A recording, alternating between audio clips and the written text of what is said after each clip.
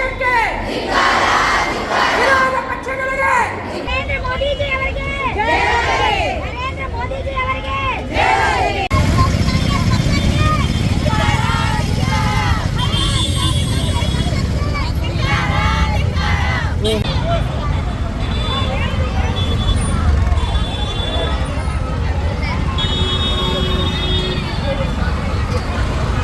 ವೃತ್ತಿಯಿಂದ ವೈದ್ಯೆ 17 April ಭಾರತದ ಎಲ್ಲ ಮಹಿಳೆಯರಿಗೆ ಕರಾಳ ದಿನ. ನಾವೆಲ್ಲರೂ ಅವತ್ತು ಸಂಸತ್ತಿನಲ್ಲಿ ನಾರಿ ಶಕ್ತಿ ಅಧಿನಿಯಮ ಅಂದರೆ ಲೋಕಸಭೆ ಮತ್ತು ವಿಧಾನಸಭೆಗಳಲ್ಲಿ 33% ಪರಿಶಿಷ್ಟ ಜಾತಿ ಮತ್ತು ಪರಿಶಿಷ್ಟ ಸಂಘಟನೆಗಳನ್ನು ಒಳಗೊಂಡು ಕೊಡ್ತಾರೆ ಅಂತ ಹೇಳಿ ಕಾಯ್ತಾ ಇದ್ವಿ. ನಮಗೆಲ್ಲರಿಗೂ ಇಡೀ ಲೋಕಸಭೆ ಸರ್ವಾನುಮತದಿಂದ ಈ ಮಸೂದೆಯನ್ನು ಅಂಗೀಕಾರ ಮಾಡುತ್ತದೆ.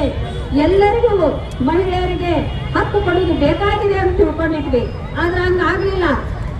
ಆ ಮಸೂದೆ ಲೋಕಸಭೆಯಲ್ಲಿ ಸೋಲು ಕಂಡು. ಅದು ಮಸೂದೆಯ ಸೋಲಲ್ಲ, ಪ್ರಜಾಪ್ರಭುತ್ವದ ಸೋಲು. ಯಾವ ದೇಶದಲ್ಲಿ ಸಮಾನತೆಗಾಗಿ ಸಂವಿಧಾನದಲ್ಲಿ ಡಾಕ್ಟರ್ ಅಂಬೇಡ್ಕರ್ ಅವರು ಮೊದಲನೇ ಚುನಾವಣೆಯಲ್ಲಿ ಮಹಿಳೆಯರಿಗಾಗಿ ಮತದಾನದ ಹಕ್ಕನ್ನು ಕೊಟ್ಟರು. ಅಲ್ಲಿ ಮಹಿಳಾ ಮೀಸಲಾತಿ ಸೋತದ್ದು ಬಹಳಷ್ಟ ಒಂದು ಕರುಣಾಜನಕ ಸ್ಥಿತಿ ಅಂತ ಹೇಳ್ತೀನಿ. ಅರ್ಧದಷ್ಟು ಸಂಖ್ಯೆ ಇರುವಂತಹ ಒಂದು ಜನಸಂಖ್ಯೆ ಒಳಗ ಅರ್ಧದಷ್ಟು ಸಂಖ್ಯೆ ಮಹಿಳೆಯರಿದ್ದಾರೆ.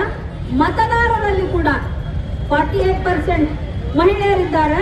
ಅನೇಕ ಚುನಾವಣೆಗಳಲ್ಲಿ ಮಹಿಳಾ ಮತದಾರರೇ ನಿರ್ಣಾಯಕರಾಗಿದ್ದಾರೆ.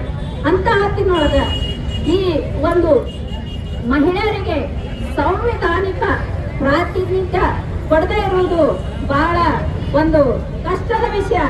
ನೋಡ್ರಿ, ನೀವು ಮೊದಲಿನಿಂದ ಈ ಮಹಿಳಾ ಮೀಸಲಾತಿ ಬಗ್ಗೆ ನೋಡಿದಾಗ 96ರಲ್ಲಿ ಮೊದಲ ಬಾರಿಗೆ ದೇವೇಗೌಡರು ಮಂಡಿಸಿದ್ರು.